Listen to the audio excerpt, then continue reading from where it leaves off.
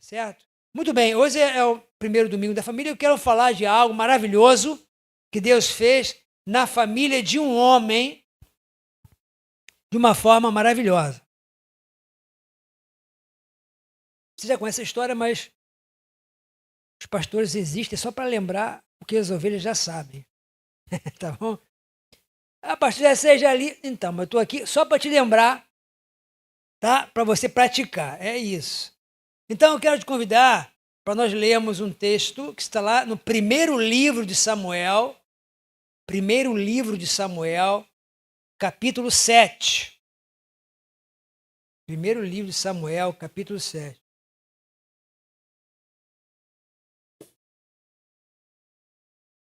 Nós vamos ler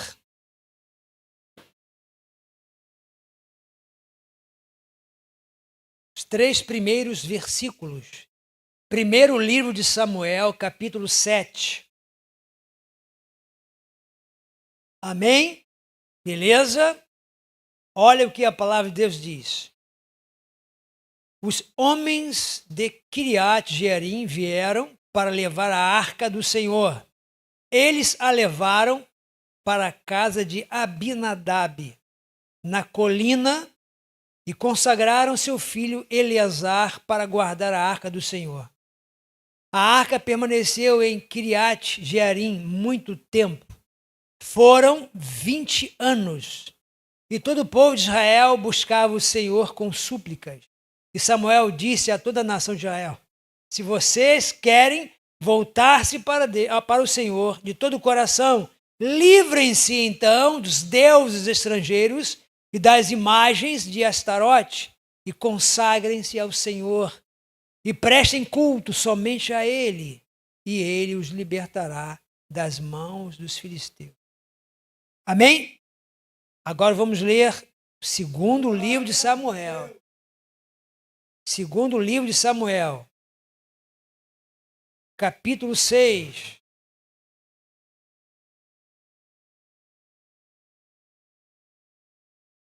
Segundo livro de Samuel, capítulo 6. É a continuação dessa história. Capítulo 6, versículo 1. De novo, Davi reuniu os melhores guerreiros de Israel, 30.000 ao todo.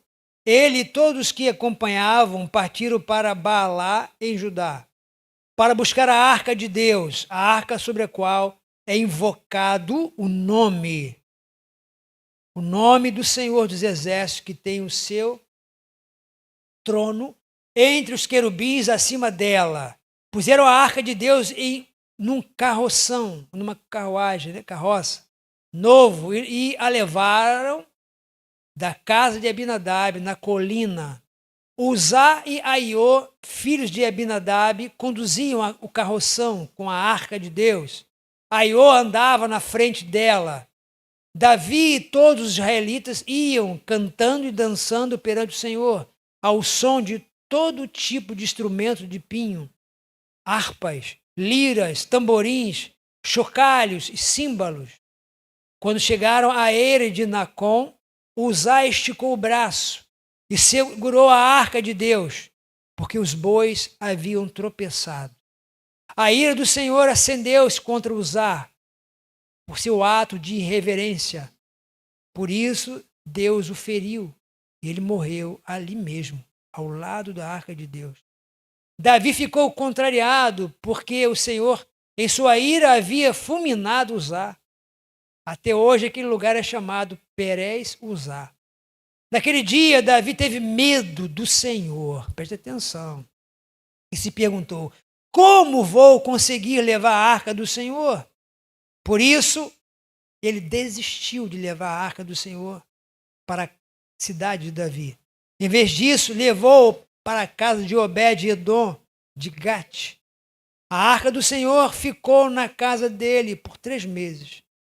E o Senhor o abençoou e toda a sua família. Amém? Mais um textinho para a gente ler. É o último. Segundo livro das Crônicas, primeiro livro das Crônicas, capítulo 13. versículo 12. Preste atenção nisso. Primeiro livro das Crônicas, capítulo 13, versículo 12. Naquele dia, Davi teve medo de Deus e se perguntou: como vou conseguir levar a arca de Deus? Por isso desistiu de trazer a arca para a cidade de Davi. Em vez disso, levou-a para a casa de Obed-edom de Gate. A arca de Deus ficou na casa dele por 3 meses. E o Senhor abençoou sua família e tudo o que possuía. Amém? Vamos orar? Pai, obrigado por essa palavra tão preciosa, tão rica e poderosa. Espírito Santo do Senhor, eu te peço. Nessa hora, Deus, com teu poder, tu venhas anular qualquer intenção do rei, do império das trevas que queira interferir nesse momento. Abra as mentes, os ouvidos, os corações para receberem a tua palavra a partir de agora. E que ela fique, Deus, gravada. E que a tua palavra, que é uma preciosa semente, encontre cada coração como uma terra muito adubada. E ela possa cair nessa terra, nessa vida, nesse coração agora, germinar e crescer, florescer, dar muito fruto. Eu te peço isso, fala ao nosso coração. Que o teu povo agora ouça a tua voz. Ouça a tua voz. Eu te peço no nome de Jesus. Amém.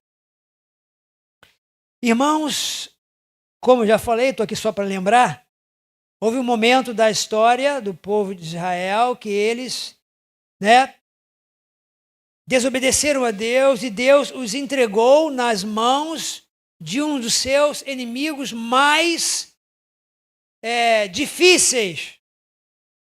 De todos os inimigos que Israel encontrou na terra de Canaã, os filisteus eram os mais violentos e resistentes e difíceis. Sempre foi difícil. E desde o tempo de Sansão até os dias de Samuel, eles eram um inimigo feroz, roubavam, matavam, destruíam. Tudo que o povo entrava em desobediência, esses inimigos se levantavam. E houve um tempo que Deus entregou por causa da infidelidade do seu povo, irmãos. Deus entregou o seu povo aos seus inimigos para que eles se quebrantassem e aprendessem a obedecer a Deus. E então, houve um tempo que os filisteus chegaram lá para atacar o povo de Israel e os filhos de Eli, o sacerdote de então, da época de Samuel, levaram a arca diante do exército para garantir a vitória. Porque a arca representava a própria presença de Deus.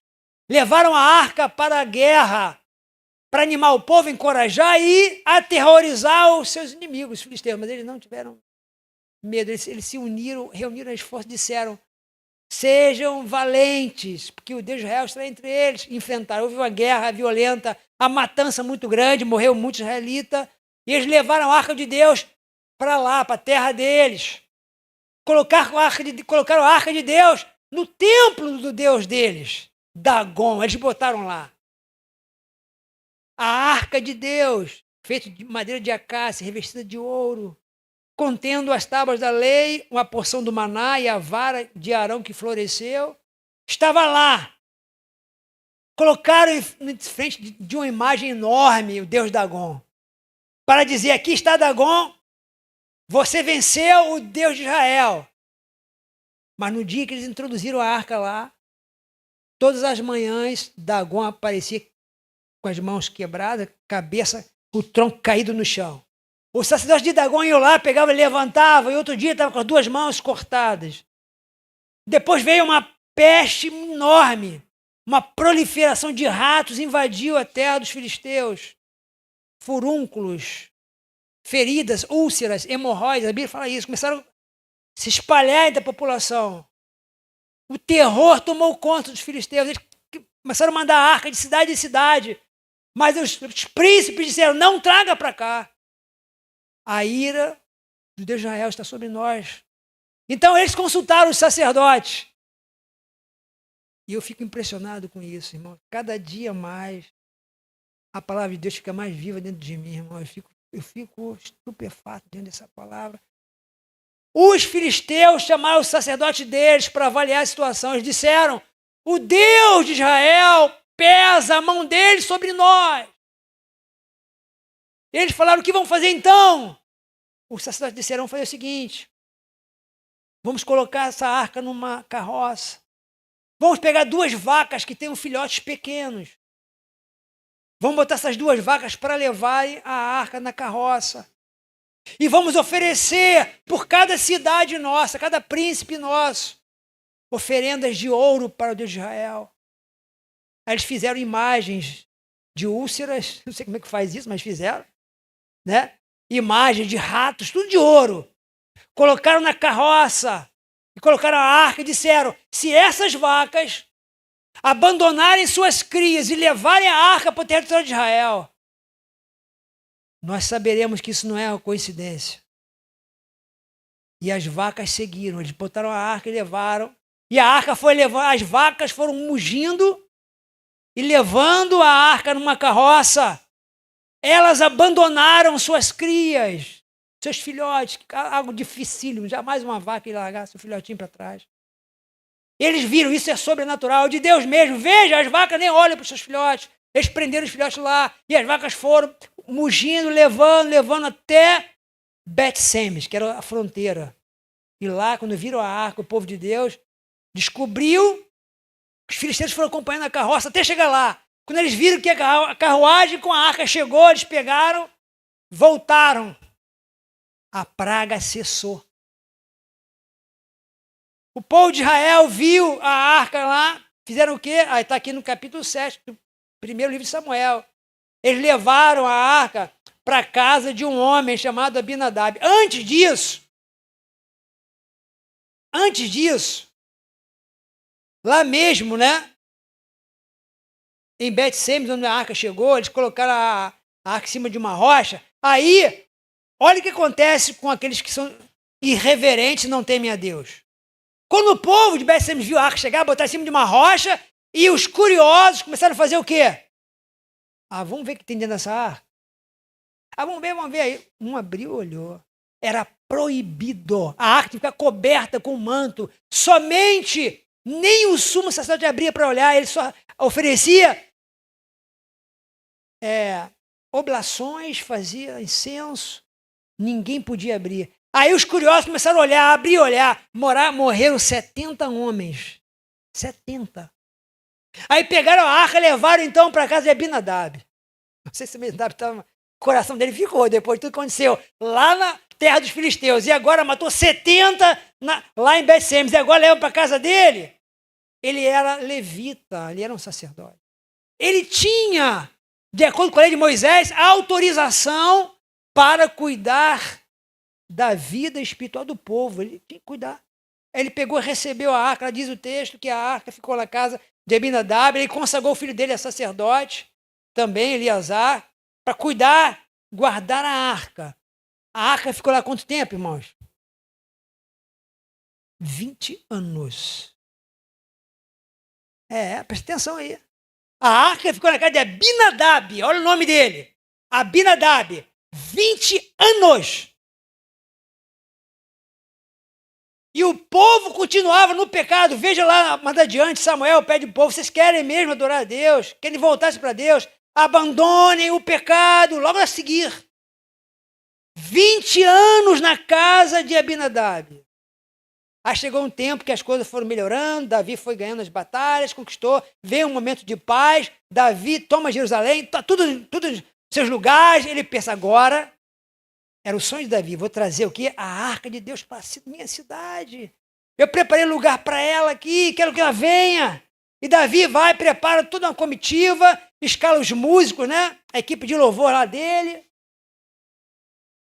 Os levitas para cuidar de tudo. Aí os caras começam a fazer as coisas tudo errado. Para tirar da casa de Abinadab, para levar até Jerusalém, era muito longe. Aí tiveram a ideia: vamos botar, sabe o quê? Em cima de uma carroça. Só que eles esqueceram, eles não eram filisteus. Eles não eram filisteus, eles eram levitas, eram de Israel. Quem põe na carruagem é o filisteu, que não conhece, não tem autorização para carregar nas suas costas. Mas o povo de Deus tem autorização para carregar. Só os levitas, os sacerdotes têm que levar. Mas eles fizeram o que? É longe, vamos botar na carruagem. Botaram. E foram levando a arca na carroça. A arca de Deus, a presença de Deus não é carregada em carroça. A presença de Deus não pode ser levada, ela tem que ser levada pelos filhos de Deus. A presença de Deus é carregada por aqueles que o servem. Então agora levaram, diz a Bíblia aqui, no versículo 6, do capítulo 6 de 2 Samuel, chegaram à beira de Nacon, à eira de Nacon. Uzá esticou o braço, segurou a arca de Deus, porque os bois tropeçaram e a ira do Senhor veio e matou aquele homem na hora. Ele não podia botar a mão lá, daquele jeito. Estava tudo errado ali. Aí fizeram o quê? Quando Davi viu aquilo, seu coração ficou meio triste, mas ele teve medo. Daquela hora em diante a ficha dele caiu. Eu estou mexendo com coisa séria. Eu estou botando a mão no sagrado. Eu não posso conduzir as coisas de Deus desse jeito. O temor tomou o coração de Davi naquela hora. E aí ele pensou, e agora, onde eu vou botar essa arca agora? Não vou mais levar para Jerusalém, não, ficou com medo. E os sacerdotes, os poucos levitas que tinham ali, levaram para casa do homem que estava mais perto. Obed-edom. O cara que estava mais perto. Já pensou? Alguém carrega a arca, uma pessoa desavisada, sem temor, bota a mão, morre. Alguém fala assim, pô, a casa mais perto aqui é a casa do Mike. Vamos levar a arca para lá? Casa do Júnior, do pastor Júnior, vamos ligar a arca para lá. O que você ia pensar? Meu Deus! O cara só encostou a mão, morreu. Meu Deus! Esse Obed-edom tem duas... Alguns acham que ele é de Gate, ou ele era descendente de um filisteu. Alguns acham. Uma minoria. Mas a maioria acha que ele era um levita mesmo. Porque Davi não ousaria botar na casa de qualquer um. Há uma corrente que acha que esse cara, ele também era um levita. Eu também acho isso aí. Né? Então, o que acontece? Eu estou falando isso porque na série da Record, o Obed-edom é um filisteu. Não sei se vocês perceberam isso. Porque ele é de Gate. Gate era uma cidade da Filístia. Mas aqui tem outra cidade, Gate, de uma região de Israel também. Aí o que acontece? Ele chega lá, vai ficar na sua casa, hein? Aí leva para a casa de Obed-edom. Só que acontece o que na casa de Obed-edom? Em 3 meses, acontecem coisas que em 20 anos não aconteceu na casa de Abinadab. Você parou para pensar nisso? A arca de Deus ficou na casa de Abinadab 20 anos. O povo continuou no pecado e nada de diferente aconteceu. Quando a arca de Deus chegou na casa de Obed-edom, eu quero ler a narrativa que está lá em Crônicas. Diz assim, a arca de Deus ficou na casa dele por 3 meses e o Senhor abençoou sua família e tudo o que possuía. Por que você acha que o escritor bíblico dá ênfase a isso? A notícia correu, irmão. Deixa eu viajar na maionese aqui. Você já percebeu que na casa de Obed-edom ninguém fica doente há anos, há tempos? Tempos agora? Você observou que as crias das vacas, os animais de Obed-edom só multiplicam? Você percebeu que tudo que Obed-edom bota a mão dá certo? Gente, você está vendo isso? Não há fatalidade na casa de Obed-edom, não há acidente, não há morte, não há medo, não há doença, não há escassez. Tudo começa a fluir, Deus abençoa todos os seus bens, ele prospera de uma forma absurda. A presença de Deus na casa daqueles que o temem e o amam traz prosperidade. Amém?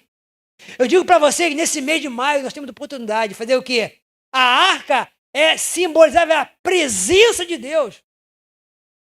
Obed-edom não tratou a arca como um utensílio, uma peça de ouro, um objeto, um móvel. Para Obed-edom, a arca era a própria presença de Deus.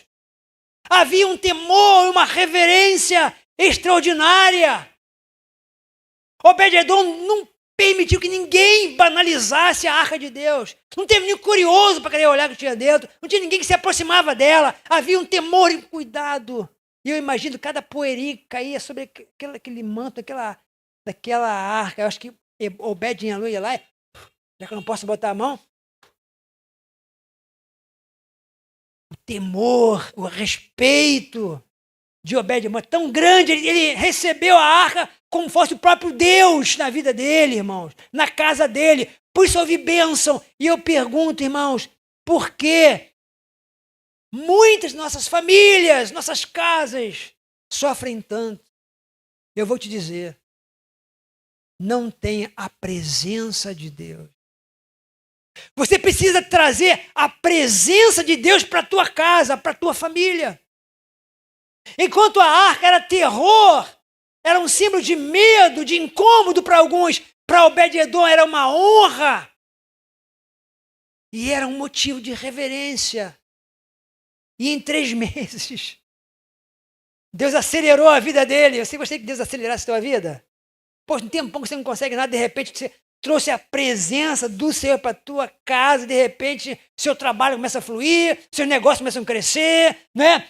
Ninguém fica doente, o diabo não ousa botar o pé no teu portão, não tem nada que te atormente, porque a arca da aliança está na sua casa. É a presença do Altíssimo lá, e você tem prazer nisso, você reverencia Ele todas as manhãs, você o adora, e é isso que acontece, isso mesmo. Aleluia, é o nome de Jesus. Deus precisa encontrar um lar que o acolha com respeito, reverência e prazer. E Obed-edom vai ter sua vida transformada. E nós percebemos que quando a arca é acolhida com carinho e amor, a presença de Deus está lá. E nós acolhemos, os milagres começam a acontecer. Amém? Então é o nosso dever, irmãos. Hoje, saímos daqui com esse propósito. Eu quero a presença de Deus na minha casa, na minha família. Obed-edom era o sacerdote da sua casa, era ele que iria ser responsável. Traga, leve para sua casa a arca de Deus. Mas pastor, cadê o objeto? Não, está dentro de você. Está dentro de você, leve a arca com você. É a presença do Altíssimo com você. Você vai chegar e vai colocar assim lá e dizer, Senhor, eu trago a tua presença assim, aqui. E assim como um dia a tua arca ficou na casa de Obed-edom, seja a tua presença na minha casa a partir de hoje. Que o diabo seja derrotado, ele não ouse chegar aqui. Que aqui a tua glória, Senhor, seja manifestada a cada manhã, todos os dias da minha vida.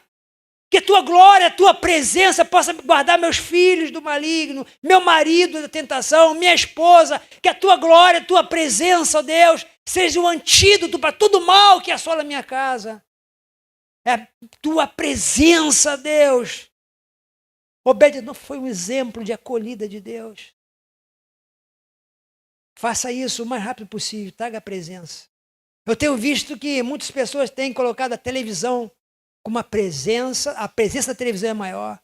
A presença das redes sociais é maior. A presença de outras coisas é maior. Mas a de Deus não tem recepcionado, não tem sido acolhida, recebida com carinho.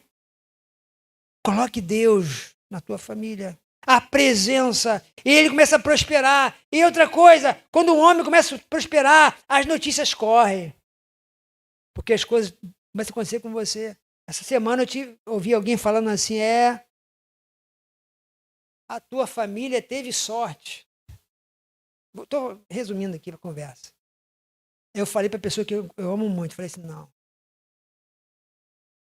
A minha família fez uma escolha. Nós fizemos uma escolha. Nós escolhemos servir Jesus, é isso. Sorte e azar é para quem não escolhe Jesus. Amém, irmãos? Escolhe a presença. Leve a presença de Deus para a tua casa. E Obed-edom, ele começa a prosperar. Ele começa a crescer. E Davi, então, percebe que ele aprendeu com Obed-edom. Quando o homem tem a presença de Deus na sua casa, na sua vida, e todos conseguem testemunhar que há um mover do sobrenatural na vida dele, as pessoas querem saber por que está acontecendo aquilo. E Davi aprendeu com Obed-edom que Deus precisa ser levado a sério. Obed-edom ensina a Davi que não precisa ter medo de Deus, é preciso temê-lo, reverenciá-lo e adorá-lo. Davi, então, percebe isso, investiga e descobre a burrice que ele fez, a tolice que ele fez, ao permitir que a arca fosse carregada em uma carroça. Ele busca na lei e os levitas o orientam, falam, não pode, tem que ser levado só pelos levitas. Aí ele vai e pega da forma certa. Aí leva para Jerusalém e a cada 6 passos, um sacrifício. A cada 6 para, cantando, adorando e sacrificando. Davi aprendeu como fazer as coisas. Você já aprendeu? Será que nós aprendemos como cultuar a Deus, reverenciar a Deus? Essa semana eu vi uma pessoa falando assim, algumas pessoas pensam que a oração só funciona se você falar uma porção de palavras, no final da frase colocar em nome de Jesus. As coisas não acontecem se você botar o nome de Jesus no final da frase. A manifestação do poder tem que estar na tua vida, na tua oração, a presença tem que estar lá. Não basta colocar o nome lá no final da sua oração ou reza. E aqui Davi aprende isso, e Davi leva a arca dentro dos moldes corretos. Nesse no primeiro livro das Crônicas, capítulo 15, diz como foi. Versículo 11. Em seguida, Davi convocou os sacerdotes, Zadok, Abiatar, os levitas, Uriel, Asaías, Joel, Semaías, Eliel, Aminadab. Ele lhes disse, vocês são os chefes das famílias levitas. Vocês e seus companheiros levitas deverão consagrar-se e trazer a arca do Senhor. Davi mudou. Ele falou, ninguém vai botar a mão nesse negócio de qualquer jeito. Vocês vão precisar se consagrar, se limpar, se purificar, para levar a arca para o local que eu preparei para ela, versículo 13. Pelo fato que de vocês não terem carregado a arca da primeira vez, a ira do Senhor, nosso Deus, causou destruição entre nós. Nós não tínhamos consultado sobre como proceder. Davi aprendeu. Não faça nada sem antes consultar a Deus. Não carregue a presença de Deus de qualquer jeito. Consulte, ore, peça orientação. Então os sacerdotes e os levitas se consagraram. Como que se consagravam? Se lavavam, jejuavam. Alguns casados não praticavam sexo naquela semana ou naqueles dias. Jejuavam e oravam, se lavavam e se abstinham de atos sexuais para carregar a arca. E levaram. Olha no versículo de número 18. Primeiro livro das Crônicas, 15, 18. Vamos aprender bastante coisa hoje, não tenho pressa. Livro de Crônicas, 15, 18. E com eles os seus parentes estavam. No segundo escalão, Zacarias, Jaaziel, Semiramote, Jeiel, Uni, Eliabe, Benaia, Massés, Matitias, Elifeleu, nome bonito, hein? Miqunéias, Obed-edom. Lá estava de novo o homem que recebeu a arca. Aquele que recebe a arca, que a reverencia e é abençoado por ela, pela presença, não se distancia dela nunca mais. Obed-edom ele é chamado para servir no templo. E olha lá, o versículo de número, mais adiante, 24.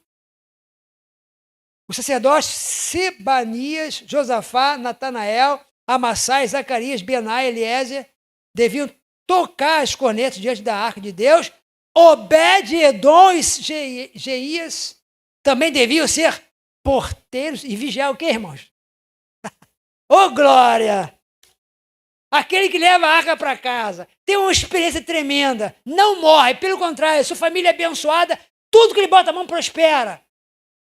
Ele é, irmãos, capturado, vamos dizer assim, hipnotizado pela arca. Aonde a arca está, Davi, bota o Obed-edom no meio. O Obed-edom tem que estar lá. Esse homem sabe lidar com a arca. Ele tem. O Obed-edom foi porteiro, ajudou na música, ficou lá. Se você levar a arca de Deus para a tua casa, levar a presença de Deus para a tua família, a graça de Deus não vai se apartar de você, amém? A presença de Deus vai continuar. E outra coisa, quando nós levamos Deus para nossa casa, depois Deus nos leva com Ele para onde Ele for. A arca foi levada para Jerusalém, mas Deus falou assim, eu quero você comigo lá. Levou Obed-edom para lá também. Você pensa o quê? Aonde você for, aonde a presença estiver, lá Deus te levará. Ele vai te atrair para a presença dEle. Porque Ele sabe que você o ama e o obedece e o serve de todo o coração. Amém? Eu te pergunto aqui para finalizar. Depois dessa experiência, talvez se eu estivesse lá, talvez eu visse alguém falar assim, no dia que Davi falou, gente, quem que mora mais perto aqui? Obed-edom? Todo mundo. Deixa só Obed-edom, igual aquela que a pessoa fala no quartel, não? Quem vai dar o primeiro passo aí para fazer tal coisa? Todo mundo dá um passo atrás, o cara fica sozinho ali? Algo mais ou menos assim. Para onde vai a arca? Todo mundo deu um passo atrás, o Obed-edom ficou sozinho. Levou. Se eles soubessem disso, talvez tivesse te engalfinhado um por dentro do outro. Eu levo para casa, eu que levo. Não, eu que levo. Não ia ser assim? Se eles soubessem do que ia acontecer com o Obed-edom, talvez brigasse lá para ver quem é que leva a arca para casa. Mas até então, todo mundo ceguinho, sem entender nada. Mas o Obed-edom leva. Recebe, reverencia, adora, não profana, protege, cuida com todo carinho e Deus o recompensa. E essa é a vontade de Deus, irmãos, de abençoar todos vocês aqui, todos nós, derramar bênçãos abundantes, muitas coisas mesmo. Mas às vezes nós tratamos mal a arca, nós não levamos a presença para casa. Nós não achamos que legal isso, nós não temos relacionamento de intimidade, nós temos mais medo do que intimidade. O Obed-edom não teve mais medo, ele tinha reverência, um carinho, um temor. Aonde você colocou a presença de Deus na tua vida? Está no quintal? Está do lado de fora? Onde é que está? Talvez Deus nem esteja lá mais. Quando o medo toma conta da casa dos crentes, a insegurança, a ansiedade e outras coisas mais, é porque a presença de Deus não está lá. Quando os crentes têm medo do diabo, dos demônios, fica tudo... Quando na sua casa só tem gritaria, briga, desavenças, é porque a arca de Deus não está lá. Porque o dia que a presença estiver lá, haverá uma adoração constante. O dia todo você vai querer falar sobre Jesus, sobre Deus. Você vai botar hino para tocar de manhã à noite, né? O vizinho, o cara não para, não para. É hino dia e noite, é você orando, cantando, conversando com Jesus, e tendo esse momento. A pessoa visitante que bota o pé no teu portão já sente algo diferente na tua casa. A casa de Obed-edom era assim, o cara batia, tocava a campainha, botava o pé, caramba, que negócio. Aqui é diferente, né? Aqui é um clima diferente. A glória do Senhor estava ali. Eu quero te convidar para a gente começar o mês da família assim. Coloque a arca de Deus na sua sala, na sua casa, no seu quarto, na sua cozinha, onde você quiser. Volte-se para o teu Deus. Leia a palavra dele todo dia, ore. Consagre a sua família. Consagre a sua família a ele. Diga assim, eu quero que a sua presença seja na minha casa, assim como a arca da aliança ficou na casa do Obed-edom. E quando o Senhor mover a sua presença para algum lugar, eu quero estar lá junto. Me leva. Me leva. É isso que o Senhor quer fazer na tua vida hoje.